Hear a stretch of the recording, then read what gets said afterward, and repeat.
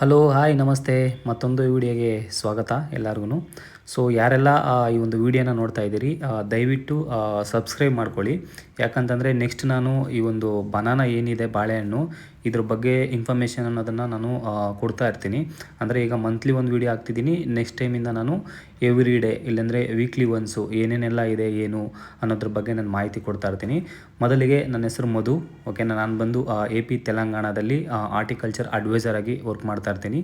So ನಮ್ಮದು ವರ್ಷದ ಬೆಳೆಗಳೇನಿರುತ್ತೆ ಅದ್ರ ಬಗ್ಗೆ ಪೂರ್ತಿಯಾಗಿ ನಾನು ಅವ್ರಿಗೆ ಸಜೆಷನ್ಸ್ ಅನ್ನೋದು ಕೊಡ್ತಾ ಇರ್ತೀನಿ. ಅವ್ರ ಜೊತೆಲಿ ಕೊನೆವರೆಗೂ ಅಂದರೆ ಒಂದು ಬೆಳೆಯಿಂದ ಸ್ಟಾರ್ಟ್ ಆಗಿ ಲಾಸ್ಟ್ ಕೊನೆ ಆಗೋವರೆಗೂ ಕೂಡ ನಾನು ಅವ್ರ ಜೊತೆಲಿದ್ದು ಸೊ ನನ್ನಲ್ಲಿ ಏನು ನಾಲೆಡ್ಜ್ ಇದೆ ಸೊ ಅವ್ರಿಗೆ ಶೇರ್ ಮಾಡೋದನ್ನು ನಾನು ಮಾಡ್ತಾ ಇರ್ತೀನಿ. ಅದರಲ್ಲೂ ಕೂಡ ನಾನು ಜಾಸ್ತಿ ಬಂದು ಈ ಒಂದು ಆರ್ಗ್ಯಾನಿಕ್ ಪ್ರಾಡಕ್ಟ್ಗಳನ್ನೇ ನಾನು ಜಾಸ್ತಿ ಸಜೆಷನ್ ಮಾಡ್ತಿರ್ತೀನಿ. ಓಕೆನಾ, ಹಂಗಾಗಿ ಏನಕ್ಕಂತಂದರೆ ನಾವು ಯೂಸ್ ಮಾಡ್ತಾ ಇರ್ತಕ್ಕಂಥ ಕೆಮಿಕಲಿಂದ ಭೂಮಿ ಹಾಳಾಗ್ತಾ ಇದೆ, ಲೈಕ್ ಎಲ್ಲ ಪ್ರಾಬ್ಲಮ್ಸ್ ಜಾಸ್ತಿ ಆಗ್ತಾ ಇರೋದ್ರಿಂದ ತಿನ್ನೋ ಊಟ ಕ್ವಾಲಿಟಿ ಫುಡ್ ಬರ್ತಿಲ್ಲ. ಸೊ ಹಾಗಾಗಿ ನಾನೊಂದು ಈ ಒಂದು ಆರ್ಗ್ಯಾನಿಕ್ ಅನ್ನೋದನ್ನು ತುಂಬ ಹೇಳ್ತಾ ಇರ್ತೀನಿ. ಒಂದು 70% ಆರ್ಗ್ಯಾನಿಕಲ್ಲಿ ಹೇಳ್ತೀನಿ, ಇನ್ನೊಂದು 30% ಅನ್ನೋದನ್ನು ಕೆಮಿಕಲಲ್ಲಿ ಹೇಳ್ತಾ ಇರ್ತೀನಿ. ಈಗ ನೀವು ನೋಡ್ತಿದ್ದೀರಲ್ಲ, ಈ ಒಂದು ಬಾಳೆಹಣ್ಣಿನ ತೋಟ ಬಂದು 4 ಎಕರೆಯಲ್ಲಿರುತ್ತೆ. ಅನಂತಪುರಂ ಅನ್ನೋ ಒಂದು ಜಿಲ್ಲೆ, ಗಾರ್ಲದಿನ್ನ ಅನ್ನೋ ಒಂದು ಇದರಲ್ಲಿ ಪಂಚಾಯತಲ್ಲಿ ಬರುತ್ತೆ. ಸೊ ನೋಡ್ಬೋದು ಈ ಒಂದು ಬೆಳೆ ಏನಿದೆ ಸ್ಟಾರ್ಟಿಂಗಿಂದ ಎಂಡ್ವರೆಗೂ ಕೂಡ ನಾನು ಈ ಒಂದು ಬೆಳೆಗೆ ಸಜೆಷನ್ನ ಕೊಟ್ಟಿದ್ದೀನಿ ಇವ್ರಿಗೆ.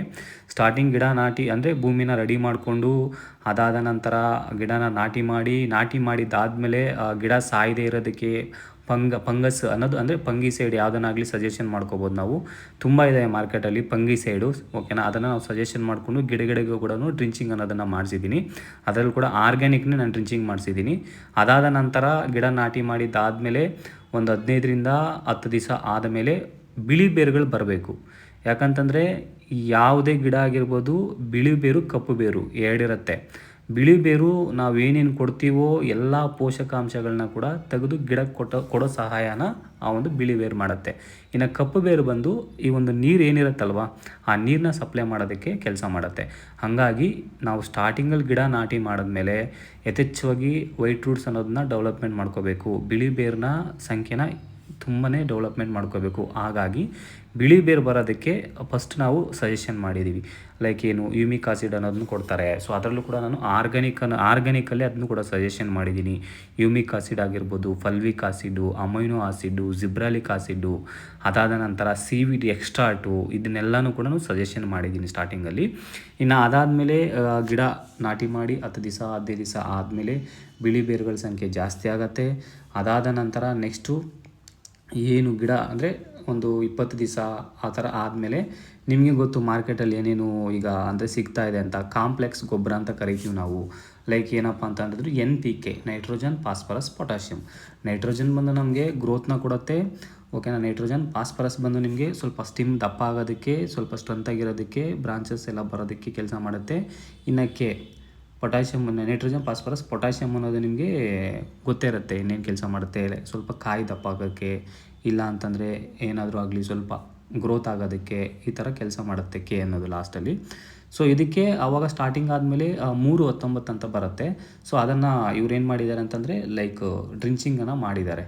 ಡ್ರಿಂಚಿಂಗ್ ಮಾಡಿ ಅದಾದ ನಂತರ ನೋಡ್ಬೋದು, ಇಲ್ಲಿ ನೋಡ್ತಿದ್ದೀರಲ್ಲ ಇದೆಲ್ಲನೂ ಆರ್ಗ್ಯಾನಿಕ್ ಪ್ರಾಡಕ್ಟ್ಸು. ಓಕೆನಾ, ಇದು ಬಂದು ಆರ್ಗ್ಯಾನಿಕ್ ಪ್ರಾಡಕ್ಟ್ಸ್ ಆಗಿರುತ್ತೆ. ಇವೆಲ್ಲ ಕೂಡ ಬ್ಯಾಕ್ಟೀರಿಯಾ ಬೇಸ್ ಇರುತ್ತೆ, ವಿತ್ ಟೆಕ್ನಾಲಜಿ ಇರುತ್ತೆ, ಬಯೋಟೆಕ್ನಾಲಜಿ ಪ್ರಾಡಕ್ಟ್ಸ್ ಅವೆಲ್ಲ ಕೂಡ. ಅದನ್ನೆಲ್ಲ ಕೂಡ ನಾವು ಇದಕ್ಕೆ ಸಜೆಷನ್ ಮಾಡಿದ್ದೀವಿ. ಹಾಗಾಗಿ ಸ್ಟಾರ್ಟಿಂಗಲ್ಲಿ ಓಕೆನಾ NPK ಅನ್ನೋದನ್ನು ಯೂಸ್ ಮಾಡ್ತಾರೆ. ಅದಾದ ನಂತರ 1261 ಆಗಿರ್ಬೋದು, ನೆಕ್ಸ್ಟು 52-34 ಆಗಿರ್ಬೋದು, ಈ ಥರ ಎಲ್ಲನೂ ಒಂದು ಕಾಂಪ್ಲೆಕ್ಸ್ ಗೊಬ್ಬರಗಳನ್ನೆಲ್ಲನೂ ಕೊಡ್ತಿರ್ತಾರೆ. ಡ್ರಿಪ್ ಮೂಲಕನೂ ಕೊಡ್ತಾರೆ, ಇಲ್ಲ ಅಂತಂದರೆ ಗಿಡಕ್ಕೂ ಸ್ವಲ್ಪ ಹಾಕ್ತಾರೆ. ಒಂದು 2 ಮಂತ್ಸ್ ಗಿಡ ಆದಮೇಲೆ ಆರ್ಗ್ಯಾನಿಕಲ್ಲಿ ನಿಮಗೆ ತಿಪ್ಪೆ ಗೊಬ್ಬರ ಆಗಿರ್ಬೋದು, ಅದಾದಮೇಲೆ ನಿಮಗೆ ಲೈಕ್ ಬೇವಿನ ಹಿಂಡಿ, ಕಾಣಿಗಿನ ಹಿಂಡಿ, ಈ ಥರ ಏನು ನಾವು ಹೇಳ್ತೀವಲ್ವ ನ್ಯಾಚುರಲ್ ಮ್ಯಾನ್ಯೂಲು, ಸೊ ಇದನ್ನೆಲ್ಲ ಯೂಸ್ ಮಾಡಿಸ್ತೀವಿ. ಅದಾದ ನಂತರ ಇನ್ನು ಎವ್ರಿ 15 ಡೇಸು 20 ಡೇಸ್ಗೆ ಡ್ರಿಪ್ಪಲ್ಲಿ ಪಾಸ್ ಮಾಡ್ತಾ ಇರ್ತಾರೆ. ಇದಕ್ಕೆ ಮೇಜರಾಗಿ ಬರೋಂಥ ರೋಗಗಳು ಸಿಗುಟೋಕ ಅಂತ ಬರುತ್ತೆ, ಪನಾಮ ಅಂತ ಬರುತ್ತೆ. ಅದಾದ ಮೇಲೆ ನಿಮಗೆ ಡಿಫಿಷಿಯನ್ಸಿ ಅನ್ನೋದು ಸ್ಟಾರ್ಟ್ ಆಗುತ್ತೆ. ಸೊ ಅದಕ್ಕೂ ಕೂಡ ನಮ್ಮ ಹತ್ರ ಪ್ರಾಡಕ್ಟ್ಸ್ ಅನ್ನೋದನ್ನು ನಾನು ಸಜೆಷನ್ ಮಾಡಿದ್ದೀನಿ. ಸೊ ಯಾವುದಾದ್ರೂ ಆಗಿರ್ಬೋದು, ರೈತನಿಗೆ ಆ ಟೈಮ್ಗೆ ಆ ಒಂದು ಪ್ರಾಬ್ಲಮ್ ಕ್ಲಿಯರ್ ಆಗಬೇಕು. ಸೊ ಆ ಒಂದು ಇಂಟೆನ್ಷನ್ ಇಟ್ಕೊಂಡು ಅವ್ರಿಗೆ ನಾವು ಸಜೆಷನ್ ಅನ್ನೋದು ಮಾಡ್ತಾಯಿರ್ತೀನಿ. ಸೊ ಈಗ ನೋಡ್ತಿದ್ದೀರಲ್ವಾ, ಇದು ತುಂಬ ಎಕ್ಸಲೆಂಟಾಗಿ ಬಂದಿದೆ ತೋಟ. ಸೊ ರೈತರಂತೂ ಫುಲ್ ಖುಷಿಯಾಗಿದ್ದಾರೆ. ಈ ತೋಟದ್ದು ವಿಡಿಯೋ ಬಂದು ತೆಲುಗುವಲ್ಲಿದೆ, ಓಕೆನಾ. ನಂದು ಇನ್ನೊಂದು ತೆಲುಗು ಚಾನಲ್ ಕೂಡ ಇರುತ್ತೆ, ಮಧು ನೆಟ್ ಸರ್ಪ್ ಅಂತ ಹೊಡೆದ್ರೆ ನಿಮಗೆ ಅದು ಟೋಟಲಾಗಿ ಓಪನ್ ಆಗುತ್ತೆ, ಓಕೆನಾ. ನೋಡ್ಬೋದು ನೀವು. ಎಕ್ಸಲೆಂಟ್. ಈ ಒಂದು ಎಲ್ಲನೂ ತುಂಬ ಟೈಟ್, ಅಂದರೆ ಕಾಯಿ ತುಂಬ ಕ್ವಾಲಿಟಿಯಾಗಿ, ಯಾವುದೇ ರೀತಿ ಫಂಗಸ್ ಆಗಿರ್ಬೋದು, ಸಿಗುಟೋಕ ಆಗಿರ್ಬೋದು, ಯಾವುದೇ ರೀತಿ ಸಮಸ್ಯೆ ಇಲ್ಲದೆ ಅದ್ಭುತವಾಗಿ ಬಂದಿದೆ, ಓಕೆನಾ. ನೋಡ್ಕೋಬೋದು. ಈಗಿನ ರೇಟ್ಗಳು ಅನ್ನೋದು ಚೇಂಜಸ್ ಆಗ್ತಾ ಇರುತ್ತೆ, ನಾವೇನು ಮಾಡೋದಕ್ಕಾಗಲ್ಲ. ಬಟ್ ಬೆಳೆ ಅನ್ನೋದು ಕರೆಕ್ಟಾಗಿ ಮಾಡಿ ಚೆನ್ನಾಗಿ ಮಾಡಿದ್ರೆ ರೈತ ಕೂಡ ಖುಷಿ ಆಗ್ತಾರೆ. ಆ ಒಂದು ರೀಸನಲ್ಲಿ ಈ ಒಂದು ಬೆಳೆನ ಇಷ್ಟು ಚೆನ್ನಾಗಿ ಮಾಡಿಕೊಡೋದಕ್ಕೆ ಆಗಿದೆ.